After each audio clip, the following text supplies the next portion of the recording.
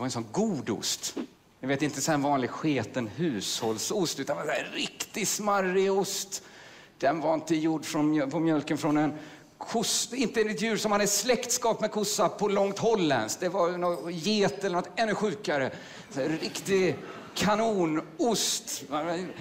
Från Basken kanske, eller från en liten del som ville bli fri från Basken. Riktigt så, för de var riktiga så här rånassar. Bara ville göra ost och skylla på att de var så fattiga och på någon annan. Så var de så riktigt fattigt så här. Så fattigt så barnen tyckte det var roligt att gå i skolan. För alternativet var värre. Och plocka någon höna. De satt inte och snus och lyssnade på Dia Salma där, utan de... Gratis kunskap, tänkte de. Och där borde någon jävla gubbe som pissar och skiter i en spann och har en annan spann han gör rost i. De står för nära varandra hela tiden. Ingen vet varför. Sån jävla god ost, den hittar ni inte på Coop, vet ni. Den ska lagras. 4,5 år. En afrikansk ekonomi ska hinna blomstra och dö fullständigt innan den är klar. Riktigt som en liten stenhård knytnäve av ren ilska. Så man ska kunna stoppa den i en socka och ha ihjäl en golbög på ett fängelse. Så riktig jävla god ost. Så man bara öppnar. Boom! Vilka dofter! Som boffar tändargas. Man bara kände, det var inte bra för närminnet. Och lukta på den. Jävlar vilken ost. Fy fan vad god den var. Jag bara tog en tugga och kände så här, vad fan hände? Det var som att någon slog mig på käften. Det var som att någon var inne i munnen och försökte slå sig ut. Som var 2 jävla råttor, blinda råttor som försökte bita ihjäl. Satte tänderna i mitt tandkött. Riktigt så man bara kände, vad är det här? Börja minnas gamla grejer. Så här grät och höll på. Sorgligaste jag varit med om. Värsta jag varit med om hela mitt liv. Tog en tugga till och kände bara, jävlar! Tryck över bröstet. Och inte ett sånt litet sånt ryckning bara, utan det var som om de drev en Poehler rakt i hjärtat. Och ingen spetsig Poehler som man kan ju dra på en kompis, utan en krocketklubba bara. Ingen som jävla föll ihop som en jävla säcktom påse på marken. My 2 boys are 7 and 9 years old now, and they're tvåspråkiga. They speak both Swedish and English rather well, and they don't really mix up the two. They've done a really good job of not mixing up the two, but there was this one horrible incident when my son was 3. We were in a restaurant in New York, and you know how the word for hair in Swedish is hår?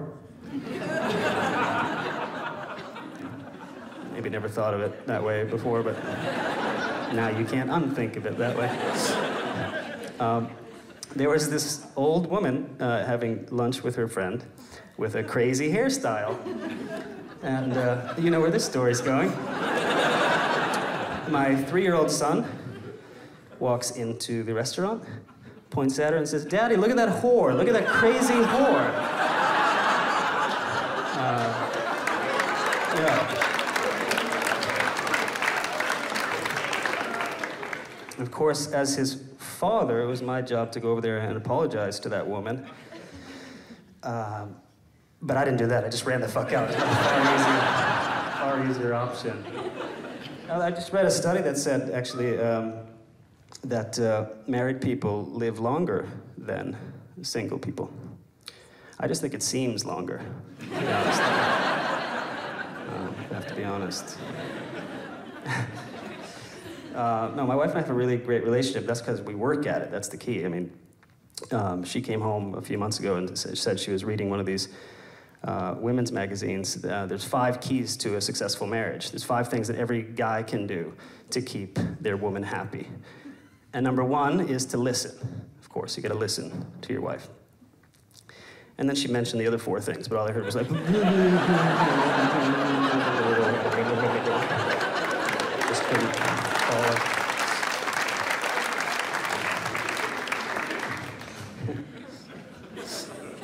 I like that one. It's probably my favorite joke. But I'm continuing to learn. I learned a new word a few months ago at dinner, olla, which is a great Swedish word. Yes. Why do you guys need a word for that? That's what my question is. Yeah. Not sure why. Actually, that's how it came about. I swear to God, my Swedish friend was like, what do you guys call it in English? Olla, and when you rub your dick on things. And I was like, we don't do that, so we don't need a word for it. My lady has in-laws and I have in-laws, and they don't really agree because my lady can't understand my dad. My dad is Nigerian. When she first met my dad, he lives in Staten Island, and we went to his house and we were like, all right, babe, it's my dad, he's gonna love you, relax, right? Mwah, mwah. We get to the door. Now my dad speaks English. He just sounds African when he speaks English. So we open the door, ding dong, and he opens and he's super excited. So he's like, oh, thanks be to God, oh, look at you, my child. You are so beautiful. Oh, I love you, but God loves you most. Oh, come here, give me a hug. And I look at my fiance, and it's just a stone. She has no idea what my dad just said. Like, it's nothing. Like, it's just like, boo. So she just like grabs me, she says in Swedish, vad sa han? You can't ask a comedian that type of question, so I'm gonna just set you up to fail. I'm like, oh, he said bow to him.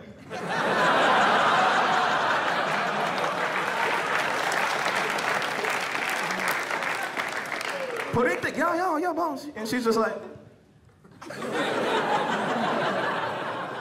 further down.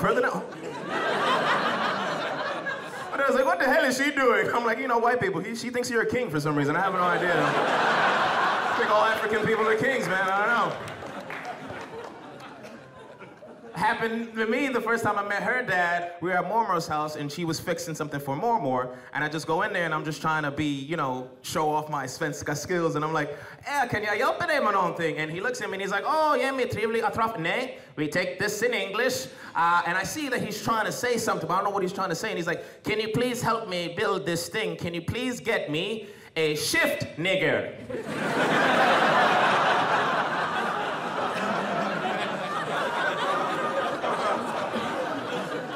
First time meeting the dad, I'm just trying to, what did he just, because I don't know if he's telling me to move like shift nigger or like, I don't know if that's a thing here, I have no idea.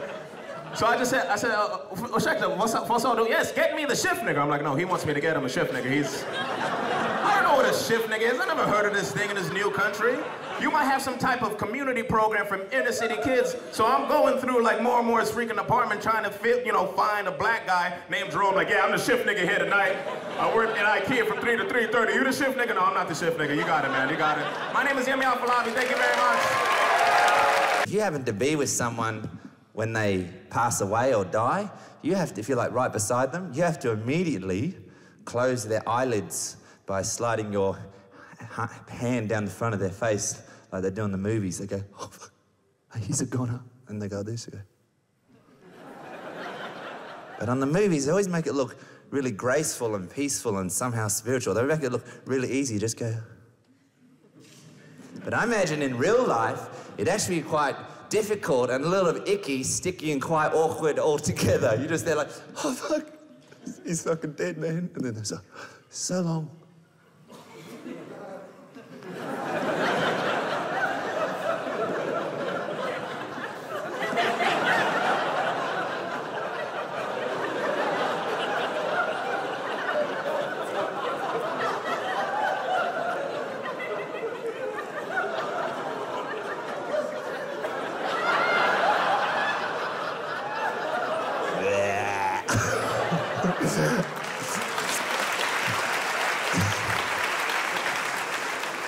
I have a 1-year-old daughter now, my first child. Toughest audience ever. I really want her to laugh. I want her to believe that I'm funny, but she doesn't like my material. She's really picky audience, and I'm really trying every day just to make her laugh. And this is the best thing I've ever come up with. I once made her laugh by doing boo, and she went like this.